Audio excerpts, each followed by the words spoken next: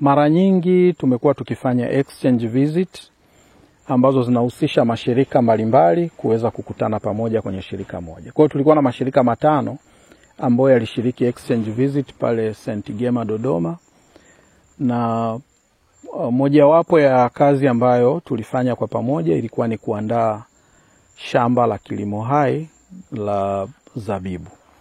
Na jambo la kipekee kuhusiana na shamba la kilimo hai hili la zabibu, badala labda ya kuandaa shamba hilo kwa namna ya kawaida ambayo watu wanachimba tu mitaro ambayo imefuata mistari, sisi tulizingatia zile changamoto za kimazingira ambazo zimekuwepo. Ili kuongeza ufanisi tuseme kwenye matumizi ya rasilimali. Kwa hiyo tulipima kontua, mistari ya kontua kulingana na nafasi ya uzalishaji wa zao la zabibu, na baadaye tukachimba mitaro kufuata kontua. Na kwa kufanya hivyo maana yake tunajaribu kuongeza ufanisi katika matumizi ya unyevu wa ardhini. Sambamba na kupima mistari ya kontua au kutengeneza mitaro ya zabibu ambayo inafuata kontua au kufanya kilimo cha kontua, naweza kusema tulitengeneza pia mtaro wenye urefu wa mita 150, mtaro ambao tunaitwa swell. Mtaro huu ulikuwa unanuia pia kuvuna maji kutoka barabarani, kwa sababu kipindi cha mvua kuna maji mengi ambayo yanapita barabarani, wakati mwingine akiwa tukero.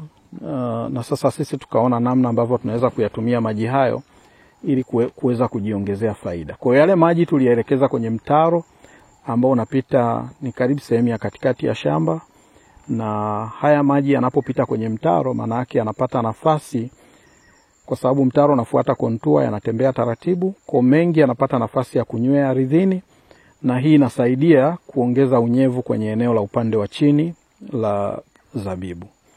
Na hii kimsingi ni kwamba inanuia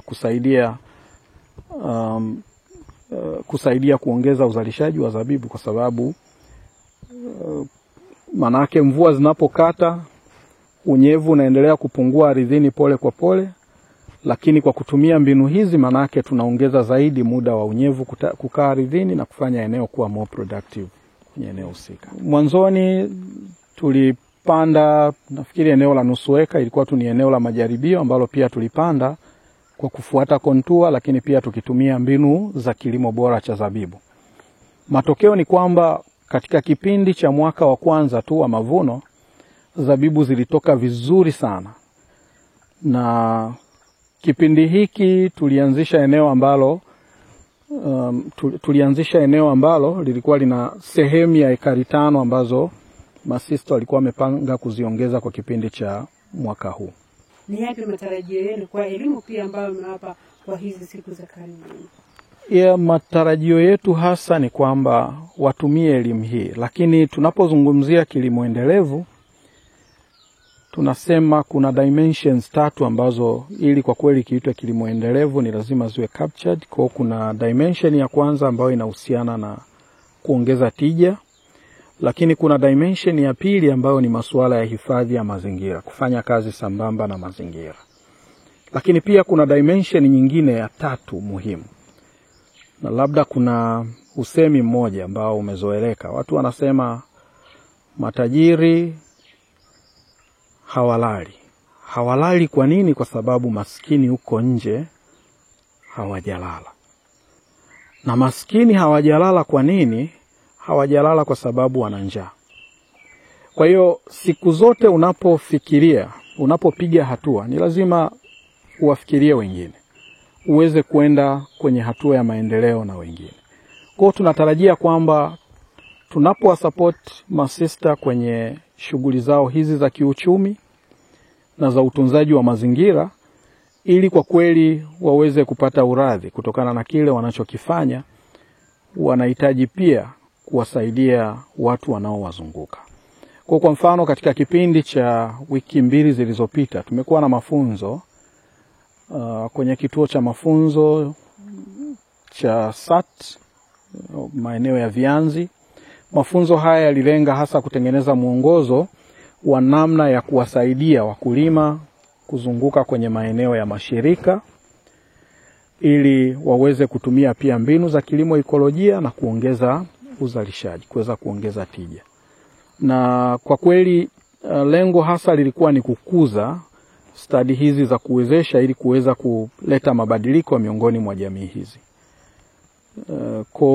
Ni matarajio yetu kwamba mwongozo huu utasaidia mashirika mengi kuweza kuwafikia wakulima wengi wanaowazunguka maeneo yao, na hivyo pole kwa pole kuibadili dunia au kuweza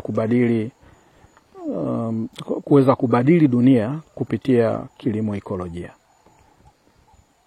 Changamoto ambazo pengine mnakutana nazo pale ambako mnawaalika masista katika kushiriki warsha mbalimbali? Ya changamoto ambayo tunakutana nayo labda kubwa ni mwingiliano wa ratiba au tofauti ya ratiba. Kwa inawezekana kabisa ikawa shirika moja liko tayari kwa programu fulani, lakini shirika jingine ratiba yao kidogo imewabana kwenye programu nyingine za shirika. Labda hii inaweza kusema ndo changamoto kubwa, na labda tunachojaribu kukifanya ni kwa kadri inavyowezekana kuharmonize hizi ratiba ili angalau watu wengi waweze kuhudhuria.